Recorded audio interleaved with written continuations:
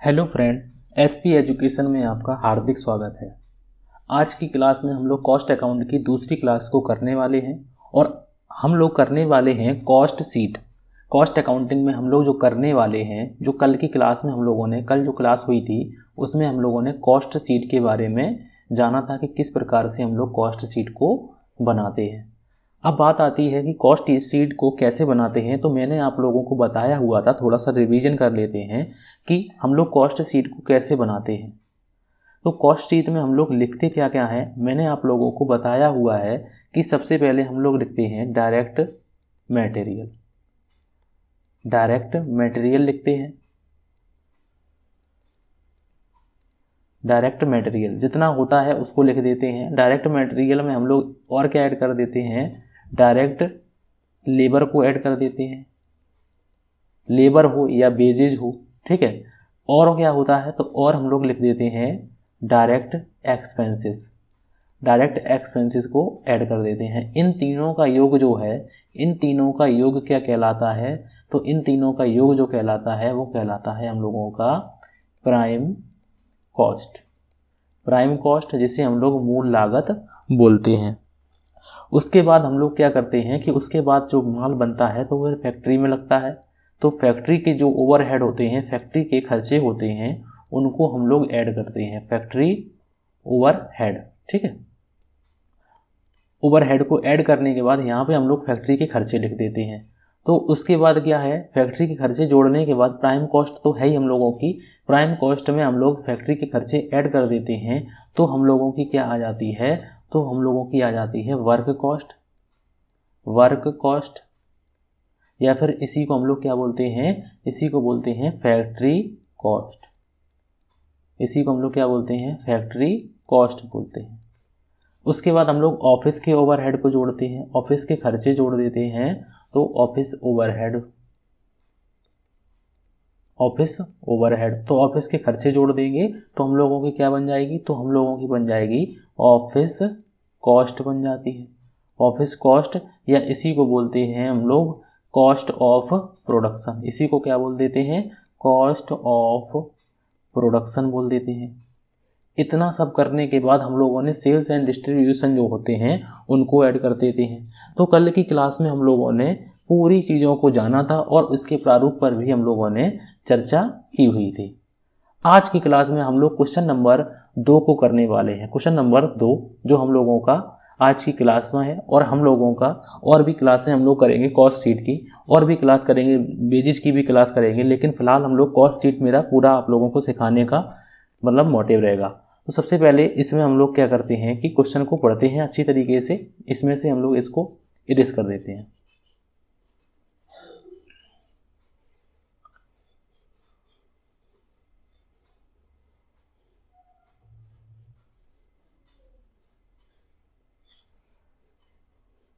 ठीक है, तो अब हम लोग क्वेश्चन को पढ़ देते हैं और क्वेश्चन को पढ़ देंगे हम लोग ध्यान से कि एक उत्पाद के निर्माण में निम्न वर्ष में व्यय किए गए, मतलब कि जो वर्ष है निर्माण को काम लोग हम लोग करते हैं और उसमें बहुत से व्यय किए गए। रॉ मटेरियल दिया गया है, तो रॉ मटेरियल कितना दिया है, 56,000 रुपये का।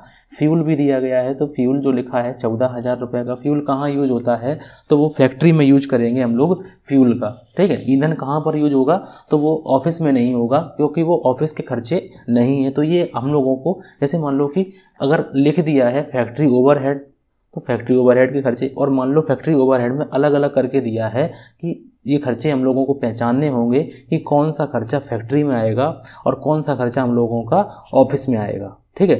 तो इसके लिए मैंने आप लोगों को कल की क्लास में इसका स्पेसिमेन बना के आप लोगों को दिखाया था।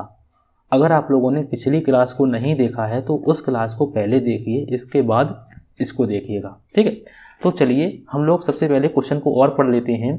इलेक्ट्रिसिटी पावर, पावर की बात मैंने आप लोगों को बताई थी कि पावर की बात हम लोग कहाँ पर लगाएंगे, तो पावर का यूज होगा हम लोगों का फैक्ट्री में। प्रक्रिया एवं सामान्य मजदूरी, जर्नल वेजेस की बात की गई है, तो जर्नल वेजेस की बात हम लोग कब करते हैं, तो डायरेक्ट वेजेस की बात करते हैं हम लोग। तो ये प्राइम कॉस्ट के मैटर में है। उसके बाद और क्या लिख देते हैं हम लोग, रिपेयर। और क्या है हम लोगों के पास, रिपेयर है। रिपेयर देखिए ध्यान से, तो 4800 रुपये की रिपेयर है। इसको भी हम लोग कहाँ लिखेंगे, तो इसको हम लोग लिखेंगे फैक्ट्री में। और क्या है हम लोगों के पास, तो बहुत सी चीज़ें हैं हम लोगों को। बड़ा क्वेश्चन है, मैंने आप लोगों को बताया था कि थोड़ा सा लेंथी क्वेश्चन हम लोग करने वाले हैं कल की अपेक्षा आज, ठीक है। तो कैरेज इनवार्ड का जो है, ये कैरेज इनवार्ड जो दिया है ये हम लोगों का प्राइम कॉस्ट का पार्ट होगा, ठीक है। जो कैरेज इनवार्ड है वो प्राइम कॉस्ट का पार्ट होगा। और क्या है हम लोगों के पास, लाइट एंड वाटर, तो लाइट एंड वाटर भी हम लोगों का फैक्ट्री में यूज़ होगा, तो फैक्ट्री में लिखेंगे हम लोग। और क्या है हम लोगों के पास, ऑफिस सैलरी, तो ऑफिस के नाम से जो खर्चे होंगे तो वो हम लोग करेंगे ऑफिस के नाम से, तो ऑफिस की सैलरी है। और क्या है हम लोगों के पास, एडमिनिस्ट्रेशन, मतलब मैंने कल आप लोगों को बताया था कि प्रशासनिक व्यय जो होते हैं वो कार्यालय के होते हैं, इसमें पहले ही लिख दिया है कार्यालय, तो हम लोगों को ईजी तरीके से हम लोग लिख देंगे 10,000 रुपये ऑफिस के खर्चे में। यूनिट ऑफ मैन्युफैक्चरिंग मतलब हम लोगों ने कितने यूनिट बनाए हैं, 40,000 यूनिट हम लोगों ने बनाए हैं। जहां हम लोग लिखते क्या है, एक जगह हम लोग जब डालते हैं आउटपुट, मैंने आप लोगों को बताया हुआ है कि आउटपुट हम लोग सबसे ऊपर लिखते हैं आउटपुट, और आउटपुट कितने लिख देंगे हम लोग, तो हम लोग लिख देंगे 40,000।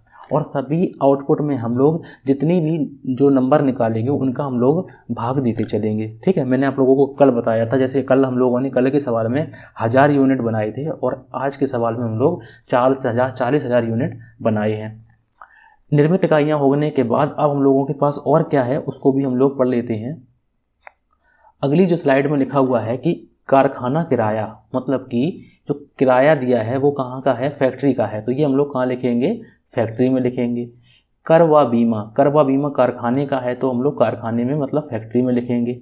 मशीन पर हिरास हम लोग कहाँ पर लगाएंगे, तो डेप्रिसिएशन ऑन मशीन अगर लगा हुआ है तो मशीन कहाँ लगी होगी, तो आप कहेंगे फैक्ट्री में, तो फैक्ट्री की कॉस्ट में आएगा।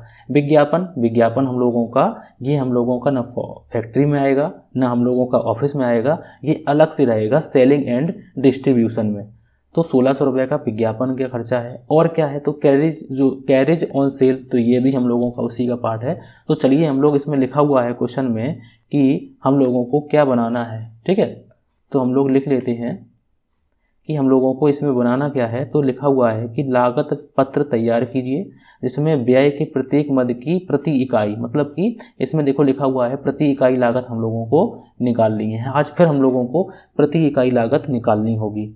तो चलिए हम लोग पहले इसके कुछ कॉलम बना लेते हैं, उसके बाद हम लोग इसको अच्छी तरीके से करने वाले हैं कि किस प्रकार से हम लोग इसको करेंगे। कॉलम ड्रॉ करने के बाद मैंने आप लोगों को कल कॉलम ड्रॉ करके बताई थी कि हम लोगों ने कॉस्ट शीट सबसे पहले लिखते हैं, और हम लोगों ने जितना यूनिट बनाया हुआ है तो हम लोग सबसे पहले लिखते हैं आउटपुट। तो आउटपुट कितना है उसको हम लोग लिख देंगे। तो यहाँ पर जो आउटपुट है वो हम लोगों ने लिख दिए हैं, कितनी यूनिट बनाई है हम लोगों ने, 40,000 यूनिट बनाई है। पहला कॉलम हम लोगों का पार्टिकुलर, फिर उसके बाद हम लोग लिख देते हैं टोटल कॉस्ट का कॉलम, टोटल कॉस्ट। उसके बाद हम लोग लिख देते हैं पर यूनिट, ठीक है। तो पर यूनिट का हम लोग कॉलम बना दिया। अब हम लोग क्या करेंगे, सबसे पहले हम लोग देखेंगे कि हमारे पास रॉ मटेरियल कितना है, ठीक है। तो हम लोग लिखेंगे रॉ मटेरियल को। तो ध्यान से देखिए कि यहाँ पे लिखा हुआ है रॉ मटेरियल, तो रॉ मटेरियल हम लोग लिख लेंगे। तो रॉ मटेरियल, एक सेकंड, तो हम लोगों ने लिख लिया है रॉ मटेरियल। अब रॉ मटेरियल कितना दिया है, तो वो दिया है हम लोगों को 56,000 रुपये। इसको हम लोग साइड में ही लिखेंगे क्योंकि रॉ मटेरियल पे ढुलाई लग गई है, कैरेज मतलब भाड़ा लग गया है मटेरियल को लाने में, तो हम लोग इसी में ऐड कर लेते हैं रॉ मटेरियल में ऐड कर लेते हैं कैरेज इनवार्ड को, carriage inward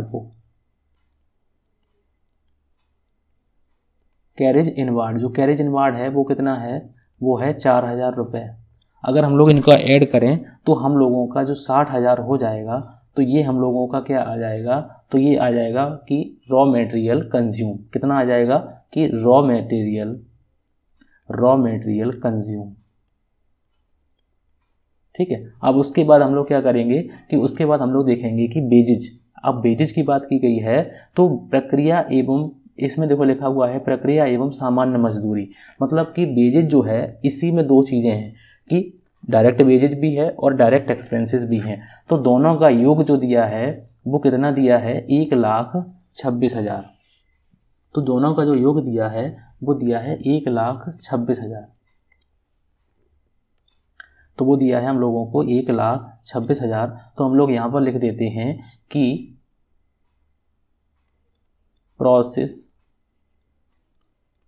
process and journal wages,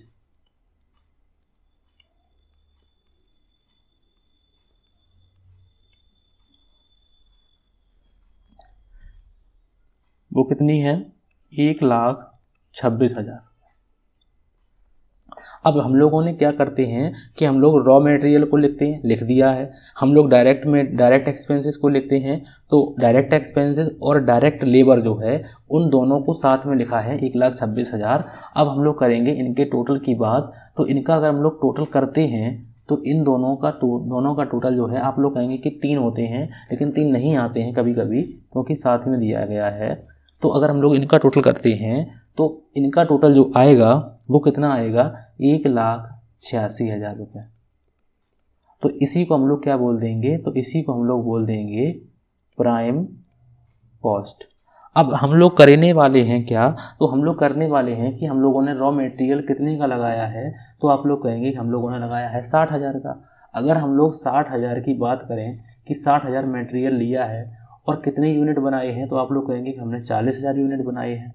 तो 40 का हम लोग भाग देते हैं तो हम लोगों को पर यूनिट में पता चल जाएगा कि कितने पर यूनिट की बात की गई है।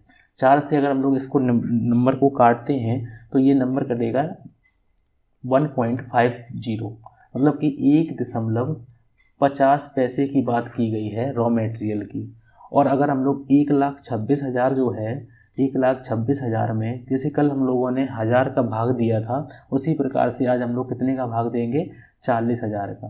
तो अगर हम लोग इसको हल करते हैं तो ये हो जाएगा हम लोगों का 3.15, 3.15, और इनका दोनों का टोटल जो होगा वो होगा 4.65। ठीक है, तो इस प्रकार से हम लोगों ने प्राइम कॉस्ट को कर लिया है। अब उसके बाद हम लोग क्या करते हैं, तो उसके बाद फैक्ट्री के ओवरहेड, जो फैक्ट्री ओवरहेड होते हैं उनको हम लोग लिखते हैं। तो फैक्ट्री के खर्चे तो बहुत हैं, क्योंकि फैक्ट्री के नाम से जो खर्चे हैं उनको हम लोग लिख देते हैं। तो सबसे पहले हम लोग ना फैक्ट्री के ओवरहेड हैं जो हम लोगों के, वो है ईंधन। तो फ्यूल की बात की गई है तो हम लोग फ्यूल को लिख लेते हैं। तो फ्यूल की बात हम लोग कर देते हैं, फ्यूल। तो फ्यूल कितना है, तो वो है 14,000 रुपये। तो हम लोग लिख देंगे 14,000 रुपये। उसके बाद क्या है, तो उसके बाद है हम लोगों के पास इलेक्ट्रिसिटी पावर। तो इलेक्ट्रिसिटी पावर को हम लोग लिख देते हैं। तो इलेक्ट्रिसिटी पावर को, इलेक्ट्रिक पावर को हम लोग कहाँ यूज़ करेंगे, फैक्ट्री में यूज़ करेंगे। तो ये सारे के सारे जो खर्चे हम लोग लिख रहे हैं, ये सभी के सभी खर्चे हम लोगों के कैसे हैं, फैक्ट्री ओवरहेड के हैं, फैक्ट्री के कॉस्ट, फैक्ट्री के अंतर्गत के हैं। ठीक है, तो हम लोगों ने कितना लिखा है, तो पावर की यूज की बात की गई है तो वो कितनी है, वो है 2800 रुपये। उसके बाद हम लोगों ने क्या लिखा है, तो हम लोगों ने वेजेज को हम लोग लिख चुके हैं, जो ऊपर लिखा हुआ है प्रोडक्टिव वेजेज। रिपेयर की बात की गई है तो रिपेयर भी हम लोग कहाँ पर लिखेंगे, फैक्ट्री में लिखेंगे। तो रिपेयर को हम लोग लिख देते हैं। रिपेयर कितनी है, तो रिपेयर है हम लोगों की 4800 रुपये। तो 4800 लिख लेते हैं, 4,800 रुपये। और क्या है हम लोगों के पास, ढुलाई हम लोग लिख चुके हैं, जो कैरेज जो है, जो 4,000 रुपये हम लोगों ने लिखे हैं तो वो हम लोगों ने लिख चुके हैं। ठीक है, अब उसके बाद हम लोगों को ने क्या लिखा है कि light and water, Prakash and पानी। तो वो प्रकाश एंड पानी को भी हम लोग लिखेंगे, कहाँ पर लिखेंगे, फैक्ट्री में लिखेंगे। तो लाइट एंड वाटर, तो लाइट एंड वाटर को कितने खर्च किए हैं, तो वो खर्च किए हैं 800 रुपये। तो 800 लिख दिए हम लोगों ने। और क्या किया है हम लोगों ने, तो उसको भी हम लोग देख लेते हैं। तो अब उसके बाद है ऑफिस सैलरी। तो ऑफिस की सैलरी हम लोग ऑफिस के खर्चे में ऐड करेंगे। प्रशासनिक व्यय जो ऑफिस के हैं वो ऑफिस में होंगे। 40,000 यूनिट जो हम लोगों ने किए हैं तो उनकी बात भी हम लोग कर लेते हैं। तो अगर आप लोग ध्यान से करें चाहें तो हम लोगों को पर यूनिट भी हम लोग निकाल सकते हैं कि इनके पर यूनिट की भी बात हम लोग साथ ही साथ में करते चलें, क्योंकि हम लोगों को पर यूनिट भी सभी के निकालने हैं, क्योंकि बोला गया है क्वेश्चन में कि पर यूनिट की बात भी करते चलना है हम लोगों को। तो हम लोग इनके पर यूनिट की बात कर लेते हैं। तो पर यूनिट में अगर हम लोग भाग देते हैं कि 14,000 में हम लोगों ने फ्यूल का लिया है 14,000 रुपये, और यूनिट कितने लिए हम लोगों ने, तो बनाए कितने हैं 40,000। तो हम लोग अगर इससे इनको डिवाइड करते हैं तो ये जो नंबर है ये नंबर कटेगा हम लोगों का 0.35, ठीक है, 0.035, ठीक है। कैलकुलेटर से कैलकुलेटर को हम लोग कैलकुलेटर अलाउ होगा अगर आप लोगों को, तो आप लोग इसको आसानी से कर सकते हैं। 40,000 और हम लोग भाग देते हैं, तो अगर हम लोग इसको इसके भाग देते हैं तो ये आएगा हम लोगों का 0.07, ठीक है। और 4800 में हम लोग फिर से भाग देते हैं। 4800 में हम लोग 40,000 का भाग देते हैं, तो ये 2 बिंदी तो इससे कट हो जाएंगी, 2 बिंदी यहाँ पे दशमलव लग जाएगा, और 4 से हम लोग काटेंगे, 4 एकम 4 और 4 दूनी 8। तो ये नंबर जो है जी हम लोगों का कितना आएगा 0.12 आएगा, ठीक है। कितना आएगा 0.12। और 800 को हम लोग अगर कितने से भाग देते हैं, 40,000 से भाग देते हैं, तो 2 नंबर इससे कट गए और 2 नंबर के आगे हम लोगों के दशमलव आ गए, ठीक है। तो यहाँ पे आ जाएगा दशमलव, और 4 से हम लोग काट देंगे तो ये आएगा 0.02। तो कितना आएगा 0.02, ठीक है। तो इस प्रकार से हम लोग इनके पर यूनिट की बात भी हम लोग साथ ही साथ में करते चलते हैं, क्योंकि हम लोगों से पर यूनिट सभी के पूछे गए हैं। उसके बाद अभी और भी चीज़ें हैं जो हम लोगों को फैक्ट्री के खर्चों में लिखनी है। हम लोगों ने अभी तक इतना को कर लिया है, अब हम लोग नीचे को भी देख लेते हैं और साथ ही साथ में करते चलते हैं कि फैक्ट्री के जो रेंट की बात की गई है, फैक्ट्री रेंट और फैक्ट्री का बीमा, ठीक है। तो फैक्ट्री का रेंट और फैक्ट्री का बीमा भी हम लोग लिख देते हैं कि फैक्ट्री का रेंट, फैक्ट्री रेंट तो वो कितना है, तो वो दिया है हम लोगों को 4,000, और 4,000 में अगर हम लोग 4,000 में 40,000 का भाग देते हैं तो 3 बिंदी तो ये कट हो जाएंगी, और 0 जो है वो यहाँ पे दशमलव लगा देगा, 4 एकम 4, तो ये हो जाएगा हम लोगों का 0.10।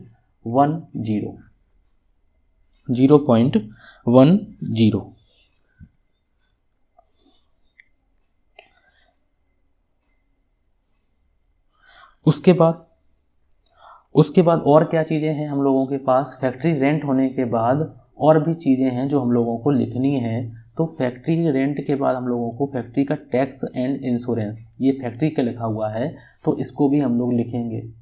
तो जितनी भी फैक्ट्री की चीज़ें हैं उनको हम लोगों को साथ में लिख देना है। तो फैक्ट्री टैक्स की बात की गई, ठीक है। फैक्ट्री के हम लोग टैक्स की बात कर लेते हैं, तो टैक्स की बात कर लेते हैं, टैक्स एंड इंश्योरेंस, और उसको कितना दिया है, तो वो 800 दिया है, और 800 पहले भी था, तो इसका कितना आएगा 0.02, ठीक है। तो उसको हम लोगों ने लिख दिया है, ठीक है।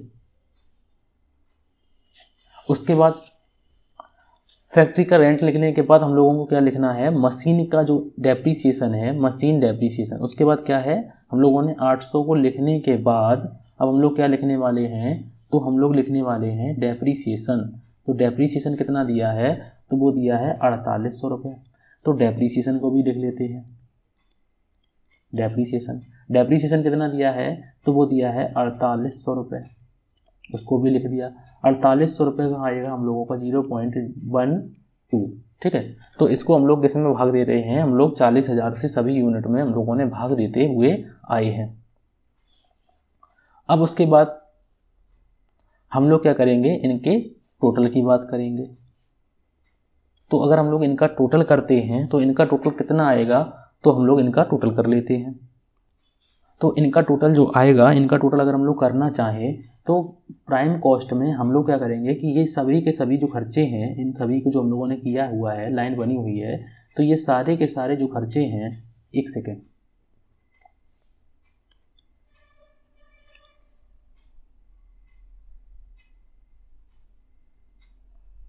अगर हम लोग इन खर्चों की बात करते हैं, ये खर्चे जो लिखे हुए हैं आप लोगों के सामने, ये सभी के सभी जो खर्चे हैं, ये खर्चे कैसे हैं, तो ये खर्चे जो हैं ये फैक्ट्री ओवरहेड हैं। ये सारे के सारे खर्चे कैसे हैं, तो ये खर्चे जो हैं वो फैक्ट्री ओवरहेड हैं।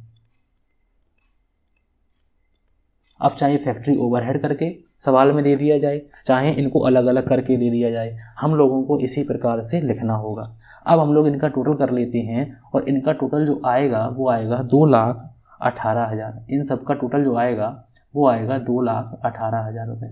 ये कैसे आया, तो इसमें प्राइम कॉस्ट में हम लोग इन सभी खर्चों को ऐड किया और इनका जो ऐड आया है वो आया है हम लोगों का 2,18,000 रुपये। और इनका टोटल करेंगे हम लोग, तो इसमें हम लोग इन सभी को योग जो ऐड करेंगे तो वो आएगा हम लोगों का 5.45। तो 5.45, तो ये हो गए हम लोगों के फैक्ट्री के ओवरहेड। अब फैक्ट्री के ओवरहेड अगर हम लोगों ने प्राइम कॉस्ट में ऐड कर दिए हैं तो ये क्या हो जाएगी हम लोगों की, तो ये हो जाएगी हम लोगों की फैक्ट्री कॉस्ट। और इसी को हम लोग क्या बोल देते हैं, तो इसी को हम लोग बोल देते हैं वर्क कॉस्ट। ठीक है, अब उसके बाद क्या करेंगे हम लोग, तो उसके बाद अब आएगा हम लोगों का ऑफिस एक्सपेंसेस। तो ऑफिस के जो खर्चे होते हैं उनको हम लोग लिख लेते हैं। तो ऑफिस के खर्चे कौन से होते हैं, तो उनको भी हम लोगों को लिखना पड़ेगा। तो ऑफिस के एक्सपेंसेस, तो ऑफिस के एक्सपेंसेस में हम लोगों ने क्या क्या हटाया हुआ है उनको हम लोग देख लेते हैं। तो ऑफिस के एक्सपेंसेस जो हैं उनको हम लोग देख लेते हैं, एक सेकेंड। तो ऑफिस के एक्सपेंसेस में देखिए ध्यान से कि ऑफिस की सैलरी, ये देखिए ध्यान से, ऑफिस की सैलरी कितनी है 14,000 रुपये और एडमिनिस्ट्रेशन एक्सपेंसेस कितने हैं 10,000 रुपये। तो इनको हम लोग दोनों को साथ में लिख लेते हैं कि ऑफिस की सैलरी, ऑफिस सैलरी करके, ऑफिस सैलरी, ऑफिस की सैलरी कितनी है, तो वो ऑफिस की जो सैलरी है वो है 14,000 रुपये, 14,000 रुपये। और ऑफिस का जो है एडमिनिस्ट्रेशन एक्सपेंसेस, तो एडमिनिस्ट्रेशन एक्सपेंसेस जो हैं वो कितने हैं, तो वो हैं 10,000 रुपये। अब अगर हम लोग इन नंबरों में अलग अलग भाग देते हैं तो 14,000 में हम लोग कितने का भाग देंगे, तो आप लोग कहेंगे कि हम लोग 40,000 का भाग देंगे। 3 बिंदी से ये बिंदी कट और ये 0.0 है जो इनके बीच में जाएगा, तो ये दशमलव हो जाएगा। तो 1.4 में हम लोग 4 का भाग देते हैं तो कितना आएगा, तो हम लोगों का आएगा 0.35। तो ये आंसर हम लोगों का आ जाएगा अगर हम लोग इसको इससे डिवाइड करते हैं। और अगर हम लोग 10,000 से भाग देते हैं, 10,000 में 40,000 का भाग देते हैं तो कितना आएगा, 3 बिंदी से 3 बिंदी कैंसिल, तो ये आएगा 0.25। कितना आएगा 0.25। इतना तो आप लोगों ने समझ ही गए होंगे। अब उसके बाद तो ये खर्चे जो हैं, अगर हम लोग इन खर्चों की बात करते हैं तो इन खर्चों की हम लोग बात करते हैं, एक सेकेंड। तो अगर हम लोग इन खर्चों की बात करते हैं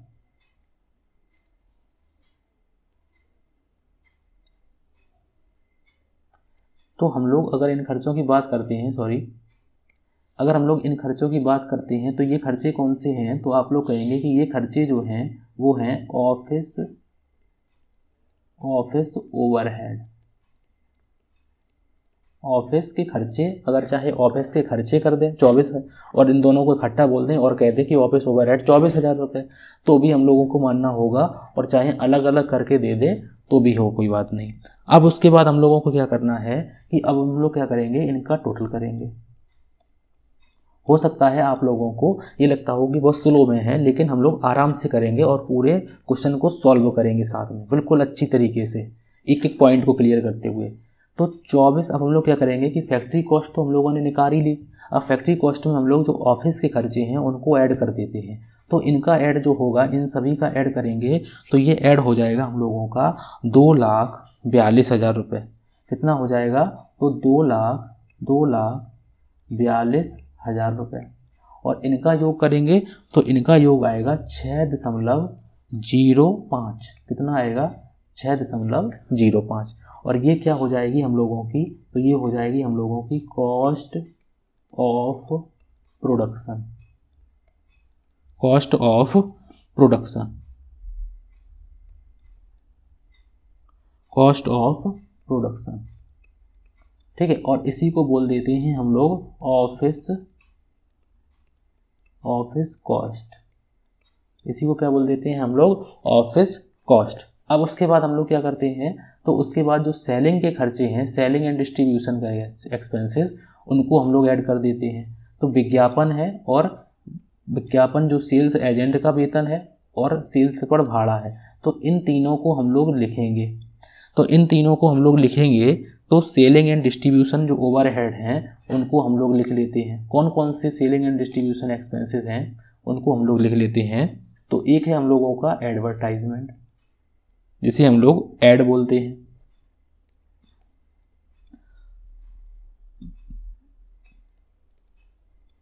एडवर्टाइजमेंट, ठीक है।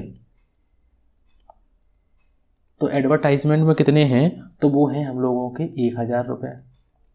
अगर हम लोग 1,000 में भाग देते हैं 40,000 का, तो कितने आएंगे हम लोगों के?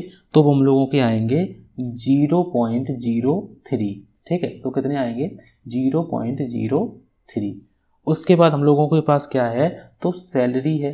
कौन सी सैलरी है? तो वो एजेंट की सैलरी है। कौन से एजेंट की? तो वो जो सेल्स एजेंट है उसकी सैलरी है। किसकी सैलरी है? सेल्स एजेंट की।